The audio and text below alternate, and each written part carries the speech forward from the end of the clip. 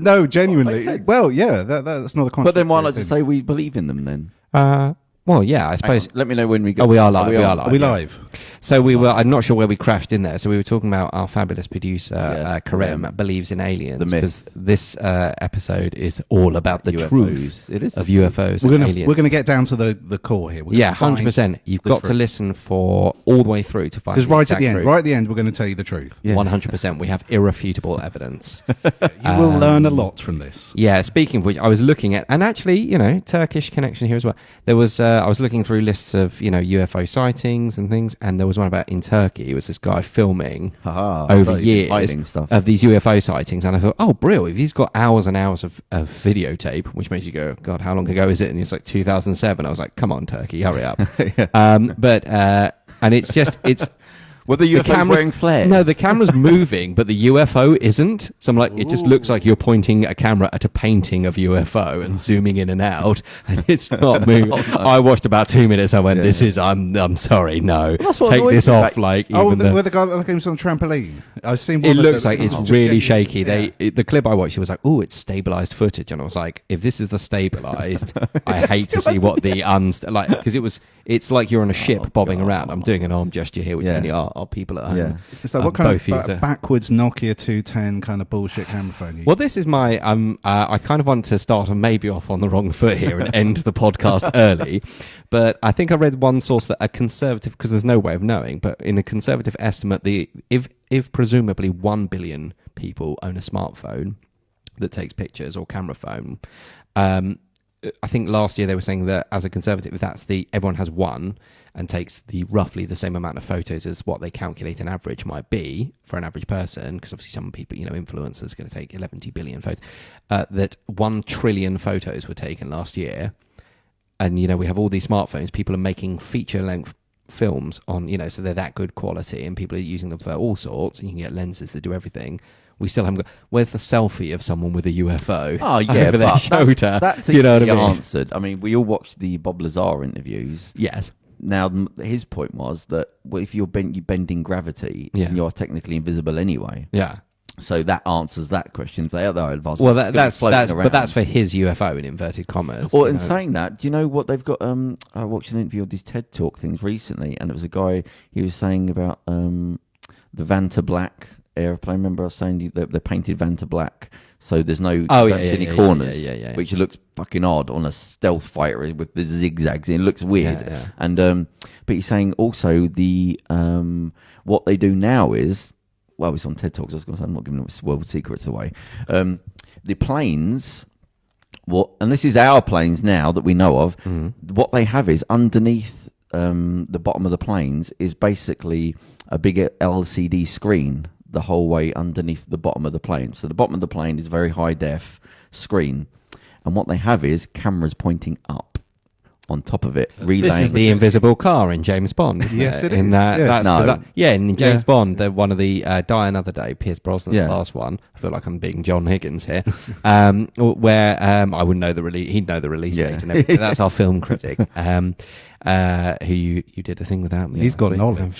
He does have massive knowledge. Yeah, we have to give props to him. Just to go on the cameras. So anyway, it was a similar idea, and it makes the car invisible because he's fiddling with his mic here. I tried to go with the stand to be professional. It's your mortal enemy. But yeah, so it has these cameras. The idea in the film is that it's filming what's on the other side and projecting it on the. So that would be quite weird then that they're doing that now on planes. Yeah. So if you're looking up, you're basically seeing the sky and missing out in the middle bit. Yeah. So that's invisibility straight away. So when people say the thing about the camera, well, they can't see it. Well, no, if you can bend fucking gravity, of course, but it's just bending anyway. But what I mean, sorry. But it's like how everyone has a camera phone, and then how come there aren't any pictures of Loch Ness Monster? Yeah, that's gone away, hasn't it? Yeah, that went away quick. Suddenly everyone got a camera, and you never see a Loch Ness Monster. Well, because it's always some shaky, blurry footage at night. Sort of when you squint, it almost looks like it might be a twig. Yeah. At best. Yeah, exactly. But then there was a little industry around it, so people were making money. Yeah, I don't mind it. It's not harming anyone to say there's a lot of money. No, nor is it harming. I did want to, before we watched all that stuff with what's his name, Bob Lazar, the guy that's come out recently, and I wanted to record a little clip before we'd watched any of it to say like what your opinions of any. Has anything changed since you've watched the Bob Lazar? Nothing really. No. Charles? No, some of the like the Nimitz thing and some of the military recordings were interesting because I don't doubt them as much, and I don't doubt the motives because I think that there are. Well, they definitely are unexplained things. So there definitely are things we don't know about. Things. Yeah, but this is what I'm saying, and it's just how you label that. Yeah, exactly. Yeah, so because I noticed you didn't ask me what my opinion was. Well, I was just about to ask. I thought I'd get Charles in there. Yeah, so I 100% believe in the literal UFO, unidentified flying object, whether it's aliens or not. I'm not 100% reconciled. I'm not against that. If someone said to me, but I would have to see it. So, what did you think about the whole Bob Lazar thing and what he was saying? Because the thing is, there's always been this idea that aliens crashed. That's the Roswell idea that aliens crashed and we used their tech, and that's why we have.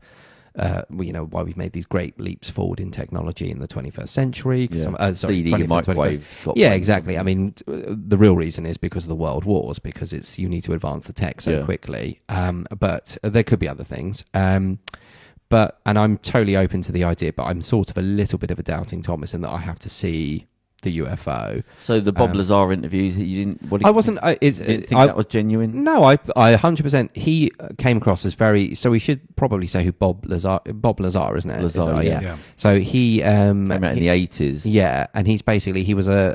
He works on the UFO. Yeah, let's call him a scientist. I think is probably the umbrella term. There's probably something more specific. Yeah. And he worked in Area 51, is that right? Or Area 52, isn't there? Because there's a few different... I know that sounds weird. 51 is the sort of... Yeah. The go-to. Yeah, but then there was like Area 52. Area 51's a spooky one. Yeah, so let's call it, Area 51 is the spooky It's the famous one. It's the one where there's a great big sign saying...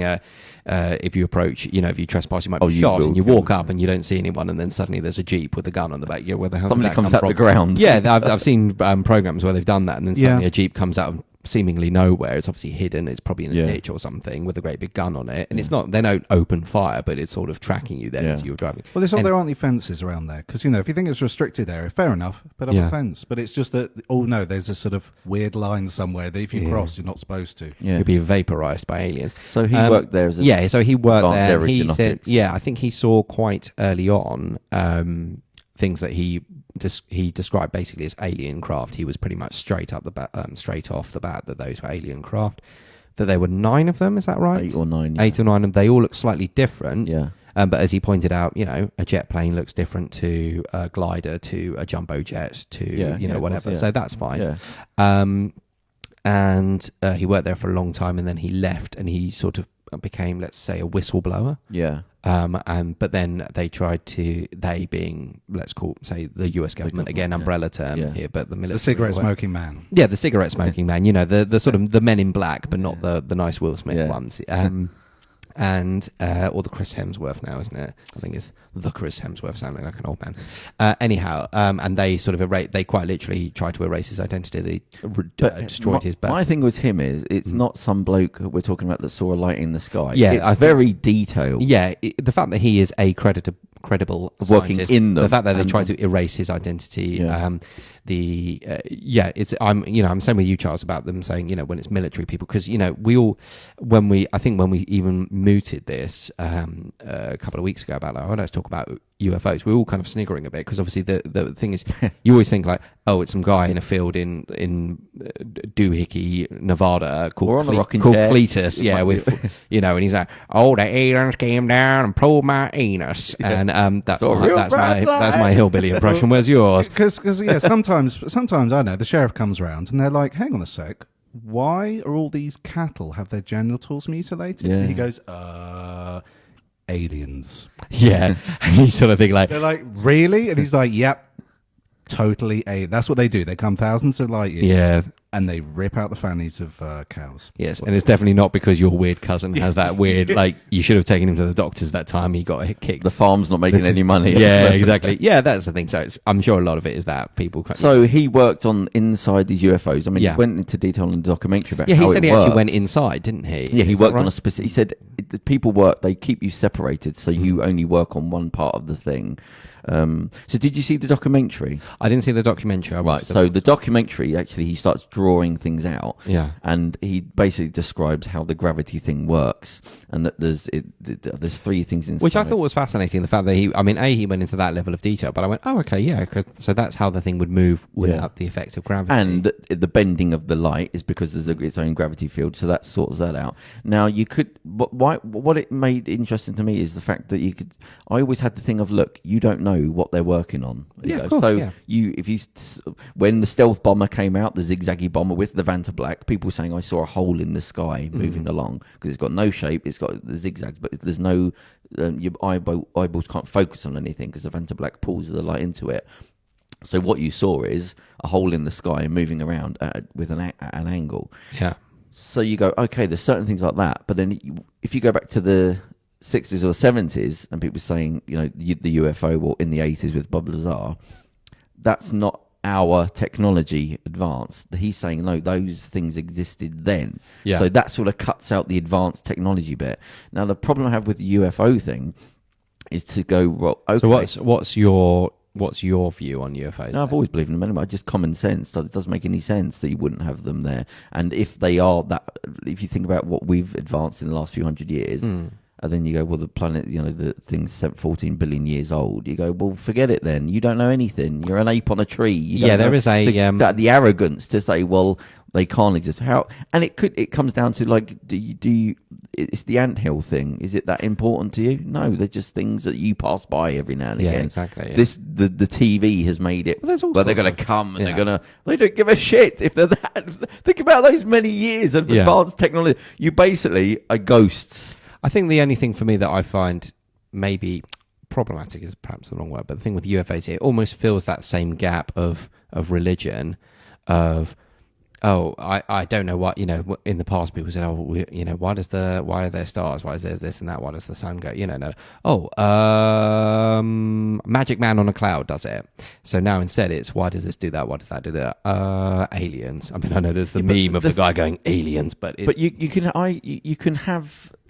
I think you can have the alien thing and have our advanced technology. It's not one doesn't exist. Oh, no, they're not mutually exclusive. There are technologies, especially nowadays, that you're not going to know because you were 50 years behind of what's there. So you're going to see weird shit. So that's one thing. But the thing with the alien, it's like, well, my thing is, again, just logic says either they do exist or everyone since the dawn of time that's ever mentioned the word UFO, it's all wrong. Yeah, that's every generation of every country. Where did it come from? Where did this shared idea that there are people coming from? But I mean, it's just visually. Yeah. I mean, it blurs slightly with religion when you start talking about the sun and things like that, things coming down. But at a certain point, people are saying, I saw something moving around that looked like this. So UFOs have been invented at some point. But again, it's my thing of, well, they either do exist, or everyone that's ever said anything about them on any interview, in any photograph, the whole generation, the trillions of people, they're all wrong. You can't have both. I mean, the thing is, I think Bob Lazar, I think he believes every word he's saying, and I don't mean that sounds maybe more, but again, it's very detailed. That's what I mean. So he doesn't, it didn't come across at all as, it came across, I'll rephrase it came across as completely genuine. So I'm willing to accept what he's saying. He was a very credible witness. He gave a very credible, very reasoned, and he seemed like he didn't want to be doing these things. He didn't. The other guy he was with was very much, this is what I do, which doesn't say anything bad about him, but he was like, I've been saying this since the 80s and I'm bored of saying it. Yeah, and his story hasn't changed, which was another thing. And he's getting, when he's, I don't know if he was in the talking interview, but when he did the documentary and he's talking about, when it goes, it flies into the outside the planet, it turns its belly up, and I'm thinking these are very specific, detailed things he's coming up with, and he's explaining how the gravity wave is caused and things. And you think, there's easier, like he said, there's easier, I could just lie about something else. Like, I don't need to be telling these things. Yeah. And his story hasn't changed. And I think in the main documentary, they allude to it in the talking one, it's where you see him, they give him pictures of when he was saying what the ID was you basically put your hand on the light and it fires light through your hand. And that's ID because it measures where all the bones are in the hand and all things like that. And then they were saying, they're doing it now. And they show him pictures and go, oh, yeah, well, but I've been telling you that for when everyone's saying that sounds like a load of bollocks. And here's a photograph of them doing that thing. So just the overall thing, and it's just one person saying something, but I just think it's another person saying these things on top of the pilots and the airlines and things like that, where you're going, we see them all the time, but it's things you see, but you don't hear about it because you don't generally tend to talk about it. So I think it's just like the war on drugs thing. It's just eventually we're going to go, oh, look, this fucking thing about you has been around for so long, and now, because of the internet and people can talk more freely and create groups and things like that, they are now starting to talk about it and have the confidence to talk about these things. So are we just going to snap out of one thing and go, of course we were fucking all aliens were around us? What do we think? We're just the only ones? I think we're there. I mean, I think 100% think that aliens exist. I just feel that in the vastness of the universe, the idea that there has to be life, but what level of life is it? That's where I wonder. And with aliens, so with this Bob Lazar, I know this is obviously a very cheat and not, but I say, where's a button from this? I know he was saying they don't have buttons. They don't have. That's what I need. That's my thing to fill them. Yeah, but yes, because otherwise I have to fill. But surely you on with everything that I've just said, you must be thinking, no, there are aliens. No, I think there are aliens, but I don't know if there are ships there or something, or I'm not sure what's going on. Maybe you're not picking that up on the microphone. We're all pausing here because people are yelling out in the street about aliens. They've come to get us. It's they've come to wipe our brains. Quick, classic false flag operation. Exactly. I think you fill in without evidence. You fill in what based on the information, and to me, I just keep thinking. I feel like these are probably advanced drones. But then you're trying to lump the two together. So if I say, okay, I agree with you now. People are seeing that Tic Tac one. I was like, that just sounds a little bit like maybe it's a drone. Yes, but no. But the guy was going. It's from like 80,000 feet up down to 50 feet in a matter of seconds. Or a glitch on the radar. That one. I wasn't 100% on that one. I'm afraid. The Bob Lazar, the interview, I found that more credible than the Nimitz thing, only because I know that's obviously soldiers and things, and maybe they did. My thing is, I don't doubt necessarily what they saw, but it could be, as you say, a radar glitch and things. But they claim they saw it and stuff, and I think I saw wasn't there some footage released? There was, I think it was a camera. But he said it's from the 80s. From a shitty camcorder. Just seeing a light move around the sky. Yeah. So for me, I just thought. This just sounds a little bit like it's probably an advanced drone. Who was the Nazi scientist that... I need more information. Wernhover, the guy that they stole in Operation Paperclip and they brought him to... Oh, one of the rocket guys. Werner von Braun. Yes, so he's basically, I think, credited with he's the one that put us on the moon, because without the German technology that we all nicked in Operation Paperclip to bring to America... They then had all the advanced stuff. They're using like V2 technology, weren't they? Yeah, so the rockets, that's where they got the V2, and he was the head. And there's a woman who said, he told this woman, he said, what they're basically going to do is, said there will be an alien invasion once, because they want to put cameras up on like own space. That's the next thing, the frontier. And he said they'll fake alien attacks, but it'll be our stuff that they use to sort of create fear of the skies. That was a Ronald Reagan quote, yeah? Oh, was it? No? Yeah, no, Ronald Reagan famously gave a speech, and he said, yes, one day we'll fake an alien invasion. Did he really? Yeah. Us and the Russians will fake an alien invasion. And make it look so genuine. It'll unite the world and stop a nuclear war. Very much like the plot of Watchmen. I was about to say that is the plot of Watchmen. 85, so I think a year and a bit before Watchmen, a year or two. So do you think that's where that plot came from? I think that maybe the idea was. So in the Watchmen comic, not the film. I don't. This Both. is a slight variation in the film, isn't it? They make it more Dr. Manhattan. Yeah, it's not an alien invasion. Yeah. So spoiler alert: 3, 2, 1. In Watchmen, Ozymandias gets all these scientists together, so science fiction writers, people who work in biology and science and all sorts, to create, in inverted commas, an alien, and then it causes an attack, and the world is about to go to nuclear war. But then they go, "Oh, holy crap! There's this even greater threat," and it does kill millions. It blows up the set of Manhattan. Yeah, because it's the idea. It's like some weird alien, and it has some weird psychic effect that blows up people's heads, basically. And that unites the world. So same sort of thing. Yeah. Well, I mean, what is that? That's Independence Day. It's the whole world comes together. Obviously, America leads the way, as it always does. That's our American right. overlords, but it leads away, and it's the Russian, and everyone fights back across the planet. This is what I think the films have done us an injustice of us being important and like, well, why don't they come and land on the presidential lawn or jointly? But you're still forgetting how much time ahead they are. That you have to let go of the fact of being important. Your ego as a human being is saying, look.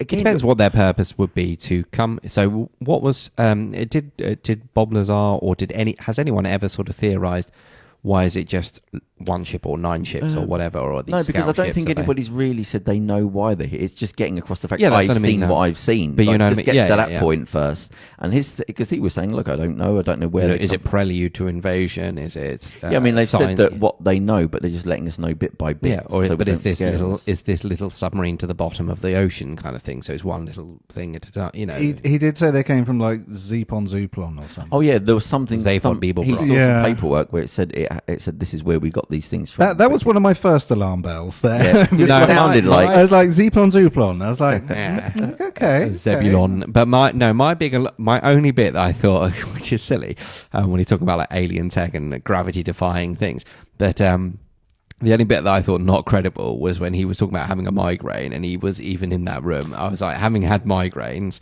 I don't let the slide down. No. But I wouldn't be able to. If I had a migraine now, I'd say, sorry guys, I'm off. If it was coming in now, like it was, but it wasn't like he cornered him. He was just generally saying, "Sorry, I'm just forgetting the names. I'm getting headaches." So it's not like. I mean, there are different types of migraine, but if the kind of migraine, the bog standard migraine, you're out, you're done. Yeah, you need to be in a dark room. But again, I didn't. I was having had migraines. I've had one or two, and that was the thing. The third one for me was when he started talking about his wife having an affair.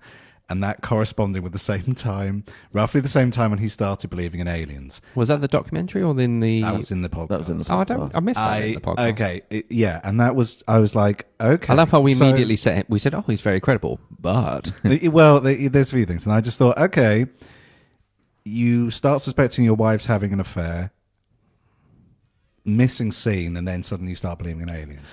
I just thinking... That wasn't exactly what happened, because he said he didn't find out.